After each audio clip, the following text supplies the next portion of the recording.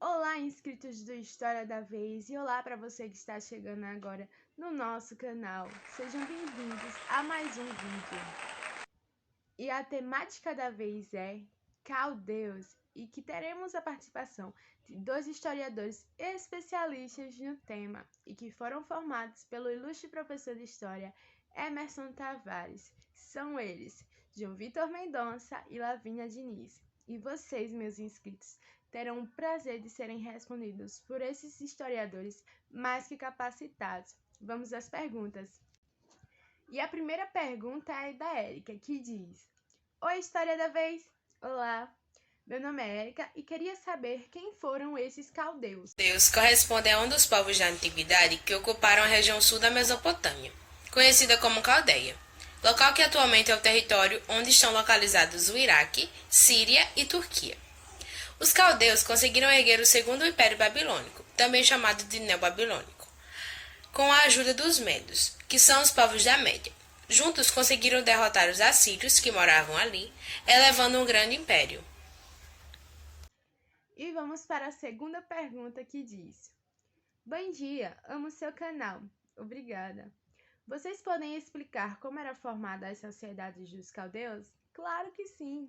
No tocante à organização social, a sociedade dos caldeus era uma monarquia despótica e teocrática, onde havia o rei, que comandava todo o império, e abaixo dele estavam os nobres, sacerdotes, comerciantes, pequenos proprietários e escravos. E vamos para a terceira pergunta. Meu professor de História, Emerson Tavares, olha só que coincidência, indicou vocês para estudar. Obrigada, Emerson. E gostaria de saber como era representada a religião dos caldeus. Teremos o prazer de responder você. A religião deles era composta por um sistema politeísta, mas o que é isso? É um sistema em que você acredita e que você tem a crença por vários deuses daquela época. Ou seja, eles acreditavam em várias divindades. Entretanto, existiam povos naquela época, mais precisamente os hebreus, que tinham a crença apenas por um único Deus. Tinham um sistema monoteísta. Ou seja, eles rompiam com aquela questão de falar, de enaltecer tais deuses, de adorar tais divindades, que mais tarde vão originar os judeus, ok? Vão converter-se em judeus e vão seguir o decálogo, né? Os 10 mandamentos. Mas voltando para a questão dos mesopotâmicos, eles eram politeístas. Bastante importante da religião eram as questões antroposomórficas, ou seja, pela nomenclatura eu tenho a antropologia, a sabedoria do homem, o conhecimento dele, e também Zu, que vem do animal.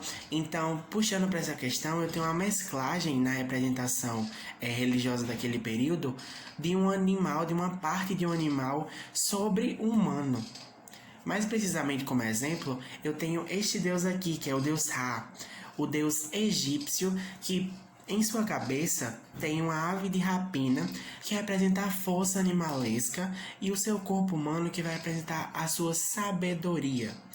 E esses deuses, eles eram tidos assim mais fortes que os homens, justamente por sua questão imortal, por sua questão religiosa, por ter um poder maior, um poder supremo. Os deuses, por sua vez, eles representavam elementos da natureza, elementos naturais, como por exemplo, eu tenho a água, eu tenho o vento, eu tenho o sol, originando o Deus Sol, eu tenho a terra, entre outras coisas, né? Entre outras categorias religiosas daquele período, de suas figuras. E cada cidade daquele período possui o seu deus próprio.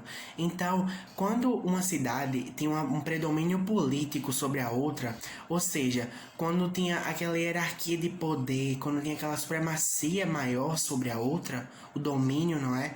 O deus ele era mais cultuado ainda, ou seja, ele era mais adorado, porque era visto como uma conquista por sua força, por ser o todo-poderoso, não é? Por ser aquela divindade forte, aquela divindade imortal. A quarta e última pergunta é da Fernanda, que diz: Oi, meu nome é Fernanda e preciso de ajuda de vocês. Me digam, por favor, como era organizada essa política e a economia dos caldeus. Obrigada. De nada, Fernanda. A política da Mesopotâmia é dividida em várias cidades-estado. O que são cidades-estado?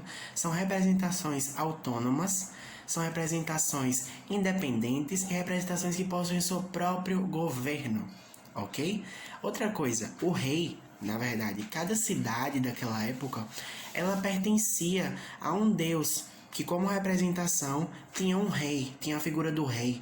Mas por que isso? Era como se fosse um meio de exercer tais posturas, tais práticas na hora de legislar nomeações, exercer tais papéis críticos e políticos.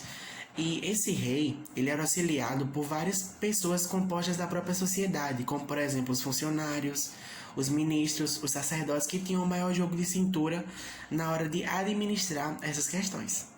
Tá, mas qual era o papel do rei naquela época? Então, o rei, ele era responsável por legislar em nome das divindades, ele assegurava as práticas religiosas divinas daquele período, zelava pela defesa dos seus próprios domínios que ali eram assegurados, ele também protegia e regulamentava toda a questão econômica daquela época. Tá, mas qual era a base da economia daquele período? Então, a base eram atividades econômicas como a agricultura e o comércio. Os mesopotâmicos também, eles desenvolveram a questão da tecelagem, né, o desenvolvimento dos tecidos, fabricaram armas, joias e objetos metálicos ali denotados. O interessante é que os mesopotâmicos eles andavam em caravanas, levando os seus produtos para regiões vizinhas, países vizinhos, para espalhar, né, uma forma de marketing e também de conhecimento, porque eles viam em outras regiões matérias-primas que ali na Mesopotâmia não haviam, para acelerar a sua economia, para assegurar tal prática, beleza?